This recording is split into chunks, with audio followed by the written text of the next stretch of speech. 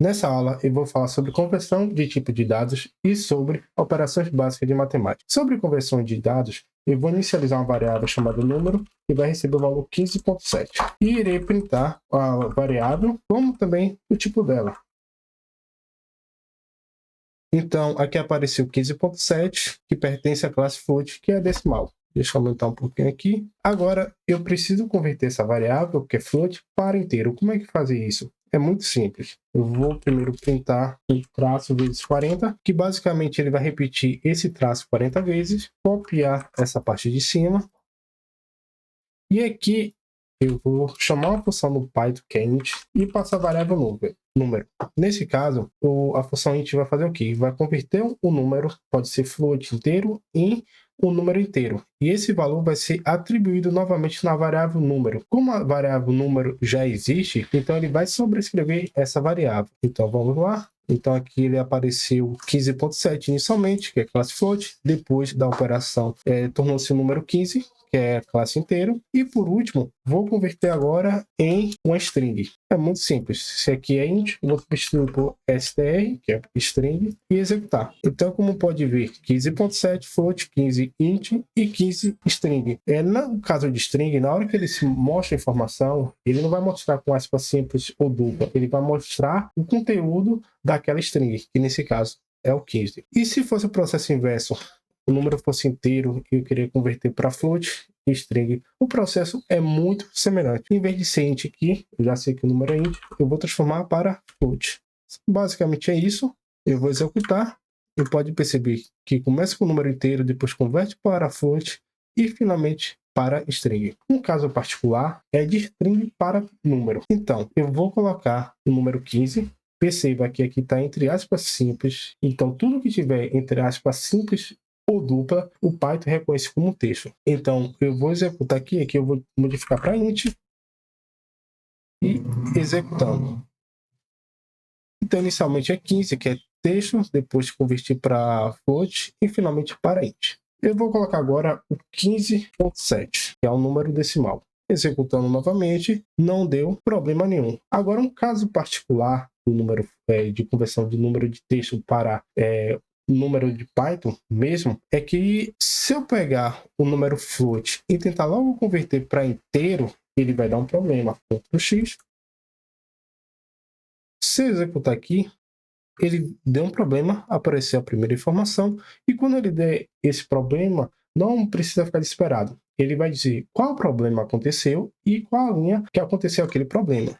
Nesse caso, ele não consegue converter o número que é um texto float, no caso 15.7, diretamente inteiro. Primeiro precisa converter para float e depois o número inteiro. Se a gente verificar, é isso que ele diz. E a linha que aconteceu o problema é a linha 7. Basta só clicar aqui em cima que ele é redirecionado para a linha do problema. Então, nessa parte aqui do caso de texto, eu vou dar um Ctrl X. Então, primeiro precisa converter o texto decimal para float e depois para inteiro. Executando. Agora, rodou sem problema nenhum. Então, a conversão de tipo de dados é bem simples. E agora eu vou falar sobre operações básicas de matemática. Vou apagar aqui. Aliás, não, vou criar um novo arquivo aqui. Operações básicas. Vou fechar esse aula 3. Então, eu vou definir dois números. A, que começa com 8, e B igual a 4. Então, eu vou fazer as operações básicas que a gente conhece, que é o que? Multiplicação, soma, subtração, divisão.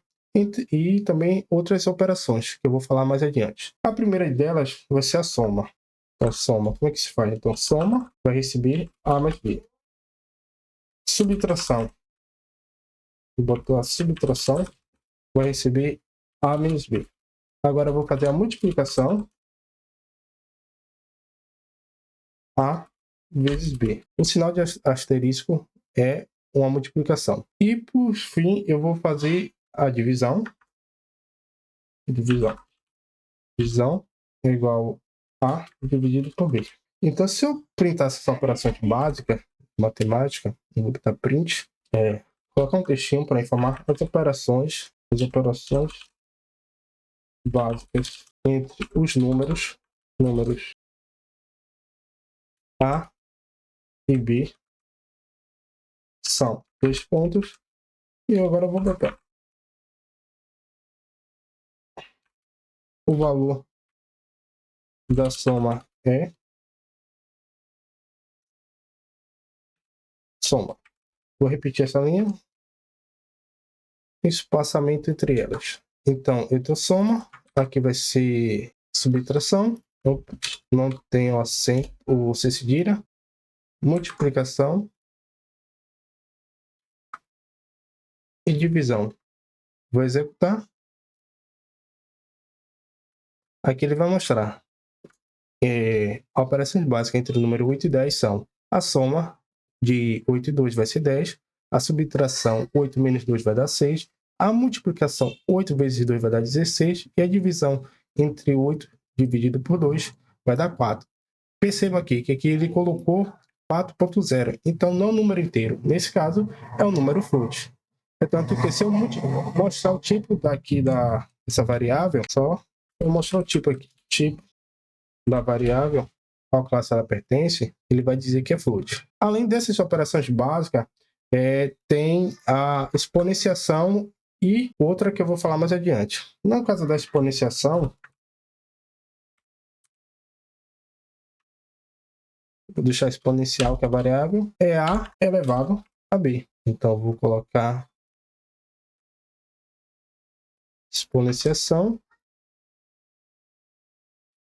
e executando novamente, porque os valores aqui vão se repetir.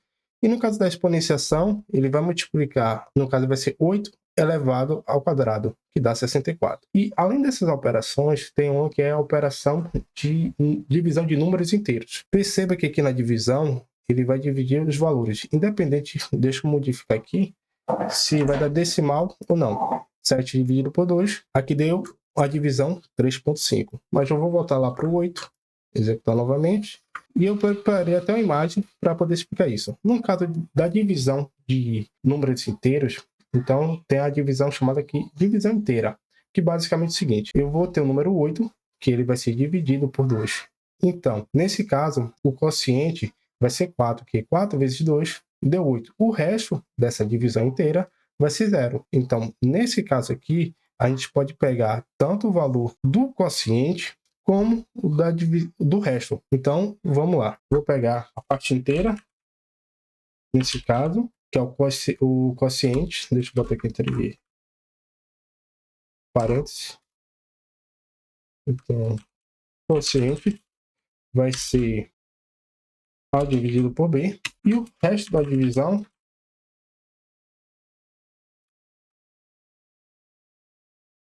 vai ser A, símbolo de percentual, B. Vou duplicar aqui, Ctrl D, Ctrl D.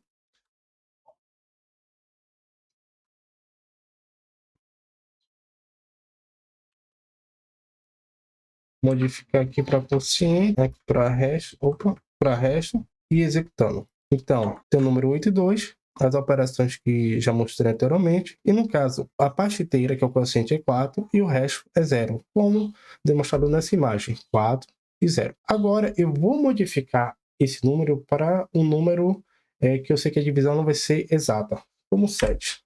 Vou executar. Ele aparece as operações básicas, então 7 e 2 dá 9, subtração vai dar 5, multiplicação vai dar 14, a divisão entre 7 e 2 dá 3.5, 7 elevado ao quadrado dá 49, só que nessa parte de divisão da parte inteira, ele vai mostrar que o quociente é 3 e o resto da divisão é 1. Então, eu vou colocar aqui para exemplificar, eu tenho 7, nesse caso, que é dividido por 2.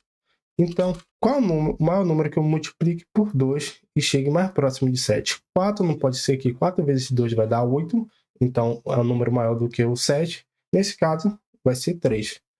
Então, 3 vezes 2 vai dar 6, 7 menos 6 dá 1. Então, por isso que aqui ele mostra que a parte inteira é 3 e a divisão é 1. Essa parte do resto é muito utilizado para verificação se o número é primo, se o número é par e também a parte de automação web. Isso eu vou entrar em detalhe mais adiante. E por fim, uma última coisa que eu quero mostrar na parte de operações básicas é que na parte de multiplicação de números de casas decimais. Então, vou apagar essa parte aqui, só irei deixar a parte da multiplicação, divisão e exponenciação. Vamos supor que eu tenha dois números com casas decimais. Olha aqui, 2,5. Vou repetir. Linha 26. Ah, sim, apareceu esse P aqui. Então, temos lá. O valor da multiplicação dá 18,75. Da divisão dá 3,0. Só que quando a gente chega na exponenciação, perceba que ele deu esse número aqui com várias casas decimais. 154 pontos, um número com a casa decimal muito grande. Então, como a gente formata esses números? No próprio print, ele tem uma parte de formatação, que é o quê? Quando a gente passa a variável com fstring, a gente pode botar 2 pontos, ponto, 2f. Quer dizer o quê? Vamos formatar esse número para duas casas decimais. Vou executar novamente. E aqui ele fez isso. Só que essa parte que a gente está fazendo aqui agora no print, ele só modifica na hora de mostrar, mas ele não modifica a variável. Por exemplo, eu vou colocar aqui o valor da exponenciação formatado, é esse. E aqui agora eu vou colocar o valor da exponenciação sem a formatação. Vou executar. Então, perceba que ele apareceu o valor formatado, 154,05, porém, ele não fez essa alteração diretamente na variável. Para fazer essa alteração direto na variável, tem uma função pronta no Python chamada round, que é basicamente o seguinte. Vou chegar aqui, exponencial, CRB round. Então, ele vai passar dois argumentos, que é o número, nesse caso vai ser o próprio exponencial. Quantas casas decimais eu vou querer? Nesse caso, 2. Então, não vou precisar mais de formatar no print, e essa parte eu vou comentar. Então, ele apareceu agora de 154,5. Por que eu recomendo de fazer desse método? Pelo fato de que ele vai manter o tipo daquela variável. Se eu printar aqui o tipo da exponencial, ele vai manter. Então, ele vai dizer que é da classe float. Então, por essa aula é isso.